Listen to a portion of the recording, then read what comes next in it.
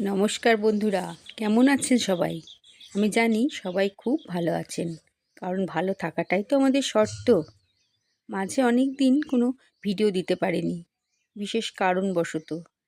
কারণটা হলো আমার স্বামী খুব অসুস্থ হয়ে পড়েছিলেন। অসুস্থ মানে আপনারা তো জানেন, উনি অনেক দিন ধরেই এমনিতে অসুস্থ। ইদানিং আবার হয়েছিল কি, গল ব্লাডারে স্টোন হয়েছিল এবং সেই স্টোনটা বেশ বড় হয়ে গেছিলো, আর ওখান থেকে রস সিক্রিয়েশন হচ্ছিল। তাই তড়িঘড়ি তাকে নিয়ে গিয়ে চেন্নাইয়ে অপারেশন করে আনতে হয়েছে। এইসব ব্যাপারে বেশ ব্যস্ত ছিলাম, আর এইসব দিকে মনই দিতে পারিনি। এখন উনি একটু সুস্থ, বাড়িতেই আছেন, কিন্তু তার খাওয়া দাওয়া প্রচণ্ড কাটছাট, সময় মাফিক খেতে হয়, অনেক রকম খাওয়া বন্ধ, এই সমস্ত নিয়েই এখন চলছে।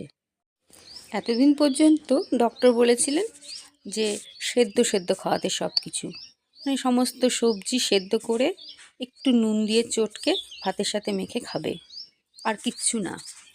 6 সপ্তাহ পার হয়ে যাওয়ার পর ডক্টর বললেন যে না, সামান্য তেল এবং সামান্য মশলা দিয়ে আপনি সবজি রান্না করে দিতে পারেন, ছোট চারাপোনা মাছ খাওয়াতে পারেন, এরকম খাওয়া চলবে।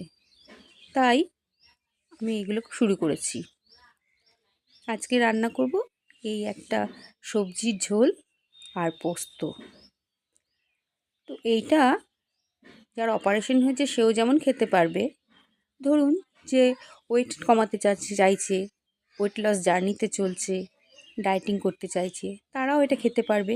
কারণ তেল মশলা একেবারে নামমাত্র, বা যার ধরুন পেটে একটু গোলমাল আছে, হজমের একটু অসুবিধা হয়, হজম হয় না, কিন্তু সবজি টবজি তো খেতে হবে, ভিটামিন তো দরকার আমাদের, তারাও এগুলো খুব ভালো মতো খেতে পারেন। তো এই সবজিটা করার জন্য দেখুন আমি নিয়েছি পেঁপে, গাজর, আলু, কাঁচকলা আর সয়াবিন। এবার এগুলোকে ডুমো ডুমো করে কেটে নিয়েছি, কেটে নিয়ে আর কয়েকটা সয়াবিন আমি প্রেশার কুকারে সিটি দিয়ে নিয়েছি। এবার এটা দিয়ে আমি একটা ঝোল রান্না করব। মশলা হিসেবে নেব সামান্য একটু আদা, এই দেখুন খুব কম আদা, এই 3-4 টুকরো আদা, আর একটু জিরে, এই যে একটা আইসক্রিমের ছোট্ট চামচ, এরও 1/2 চামচ। এই দেখুন আমি নিচ্ছি এই 1/2 চামচ জিরে। এটাকে আমি এবার জল দিয়ে শিলনোড়াতে একটু বেটে নেব। আসলে আমরা এমনিতেই বাটা মশলাটা খাই, হ্যাঁ, গুঁড়ো মশলা আমরা খুবই কম খাই। আর যেহেতু ওনার অপারেশন হয়েছে, এখন তো আর গুঁড়ো মশলা চলবেই না, এই বেটেই দিতে হবে। আর এই আদা আর জিরে ছাড়া আর কিছু আমি দেবো না এর মধ্যে। তার মধ্যে আপনারা শীতের সমস্ত সবজিও দিতে পারেন, ফুলকপি, বিনস, তারপরে শিম, মূলো, এগুলো দিয়েও ওই ঝোলটা খুব সুন্দর হয়। তার সাথে হয়তো পেঁপে টেপেগুলোও দিলেন, হ্যাঁ, এই খুবই সুন্দর হয় খেতে। আর নামানোর সময় তো আমরা একটু বেশি করে যদি ধনেপাতা দিই, খেতে খুব সুন্দর গন্ধও হয়। শীতকালে তো এমনিতেই সবজি টবজি খেতে খুব ভালো লাগে। বেগুন দিলেন, ডুমো ডুমো করে কেটে খুব কম তেলে একটু ঢাকা চাপা দিয়ে ভেজে নিলেই সেটা ভাজা হয়ে গেল।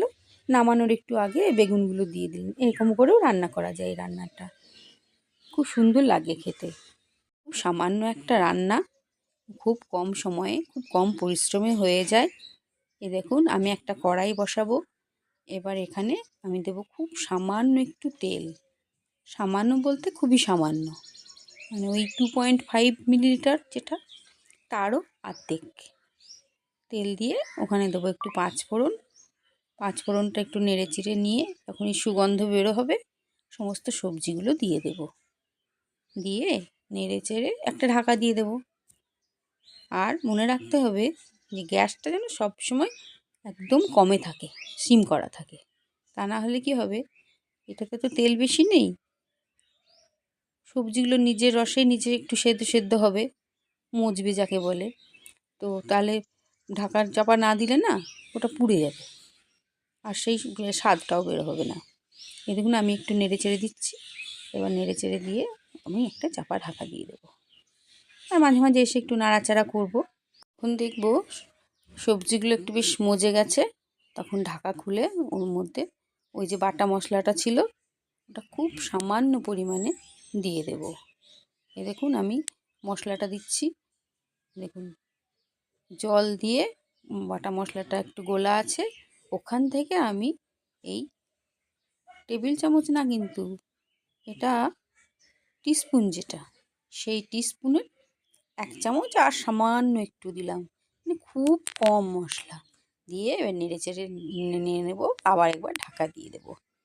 হ্যাঁ, আবার একবার মজে যাবে। আর তারপরে মশলাটা দেওয়ার পর ওর মধ্যে সয়াবিন সেদ্ধগুলো দিয়ে দেবো, দিয়ে নেড়ে চেড়ে ঢাকা দিয়ে দেবো। তারপরে এই যে দেখুন মশলাটা যখন ভাজা ভাজা হয়ে যাবে তখন ওটাকে তুলে প্রেশার কুকারে দিয়ে আমি বেশ কয়েকটা সিটি দিয়ে নেব, যাতে ওই পেঁপে, আলু, গাজর এগুলো খুব ভালো মতো সিদ্ধ হয়ে যায়। আর নুনটা তার আগেই দিয়ে নেব। সেদ্ধ হয়ে গেলে ওটাকে আমি নামিয়ে রাখবো।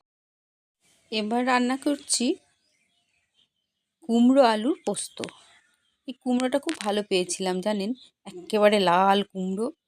তো আমি ওই ভিডিওটা নিতে ভুলে গেছি। ওই কুমড়ো আলু টুকরো টুকরো করে কেটে নিয়ে প্রেসারে সেদ্ধ করে নিয়েছি, কোনো তেল ঠেল দিইনি কিন্তু। এবার সেদ্ধ হয়ে যাওয়ার পর এই একটা কড়াইয়ের মধ্যে ঢেলে নিলাম, এখানেও তেল দিইনি এখনও। এবার এই জলটা যখন শুকিয়ে আসবে তখন এর মধ্যে পোস্ত বাটাটা দেব, দিয়ে খুব কম 2-4 ফোঁটা তেল দিয়ে যাতে একটা কাঁচা তেলের গন্ধ আসে সেরকম করে নেড়ে চেড়ে একটা গোটা কাঁচা লঙ্কা দেবো যাতে ঝাল না হয়, ঝাল না বের হয়, দিয়ে গ্যাসটা অফ করে দেবো আর একটা চাপা ঢাকা দিয়ে দেবো। তাহলে কি হবে, কাঁচা তেল আর কাঁচা লঙ্কা এই দুটোর একটা খুব সুন্দর সেন্ট হবে কাঁচা পোস্তর সাথে মিশিয়ে। এটা খেতে পারবে, এটাতে কোনো তেলও বেশি রইলো না, ঝালও নেই, কিছু নেই, কিন্তু একটা মুখের পরিবর্তন হবে। হ্যাঁ, সিদ্ধ সিদ্ধ খেয়ে আসছে তো আজকে 6 সপ্তাহ ধরে, একটু ভালো লাগে। আপনারা ওইভাবে খেয়ে দেখবেন, খুব ভালো লাগে। হ্যাঁ, সেই রকম স্বাদ হয়তো আসবে না বেশি তেল মশলা দিয়ে ভেজে ভেজে করলে যেমন স্বাদ হয়, কিন্তু স্বাস্থ্যের পক্ষে এটা খুবই ভালো এবং খেতেও খুব একটা মন্দ না। পোস্তটা রেডি করতে করতে ওদিকে তরকারিটাও সেদ্ধ হয়ে গেছে এবং সিটি খুলে বের করে দিয়েছি। এ দেখুন খুব সুন্দর সেদ্ধ হয়ে গেছে সব সবজিগুলো।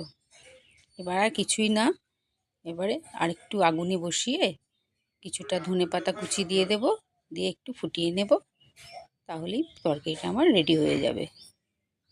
এখন বাজে এই 1:30টার মতন, এবারে আমি খেতে দিয়ে দেব।